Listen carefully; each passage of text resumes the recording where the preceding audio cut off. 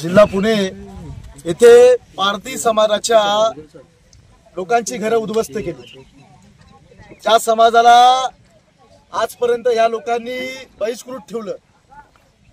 आज हा समाज एक विकासाकडे वाटचाल करत असताना हा समाज मागे कसा राहील, हा समाज दाबला कसा जाईल याची व्यवस्था इथली प्रस्तावित व्यवस्था करत आहे, असा आता कुठे दाट संशय वाटायला लागला।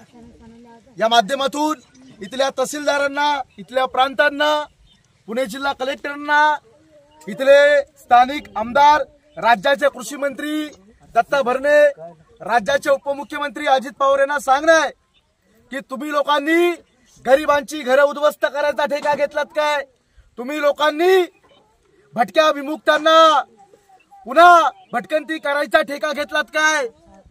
अजितदारांना माझं सांगणं आहे, जर तुमच्यात थोडीशी जरी माणुसकी शिल्लक असेल तर या गरिबांची घरं पुन्हा बसवून द्या, पुन्हा या गोरगरिबांची घरं उभी करून द्या। कुठल्याही प्रकारची व्यवस्था न करता भर पावसाळ्यामध्ये या गरिबांची घरं हरामखोर इथल्या प्रशासकीय शासन व्यवस्थेने तोडून टाकलीत। मी या घटनेचा तीव्र शब्दात निषेध व्यक्त करतो। झालेली घटना अत्यंत दुर्दैवी आहे आणि अजित पवारला थोडीशी जरी जनाची ना मनाची लाज असेल तर एक माणुसकीनं अजित पवारने आणि दत्ता भरणेंनी या लोकांकडे एक माणूस म्हणून बघावं आणि ज्या पद्धतीने इथल्या पीआयनी या इथल्या गोरगरीब लोकांवरती हल्ले केले, महिलांना मारताना विचार केला नाही। मी एसपींशी बोलून घेणार आहे।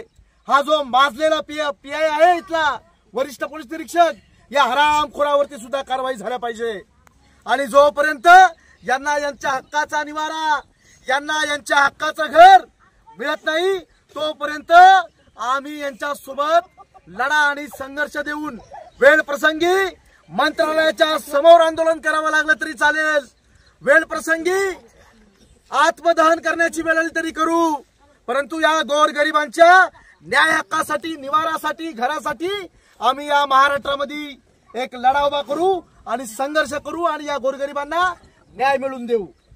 जय भीम, जय भारत, जय संविधान, डॉक्टर बाबासाहेब आंबेडकर जिंदाबाद।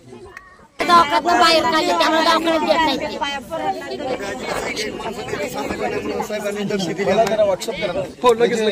एफआयआर ची कॉपी वगैरे म्हणून आम्ही इथं आलो तरी आम्हाला भीती वाटते।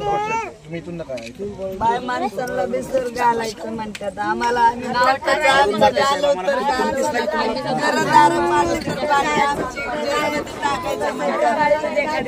नाही काय नाही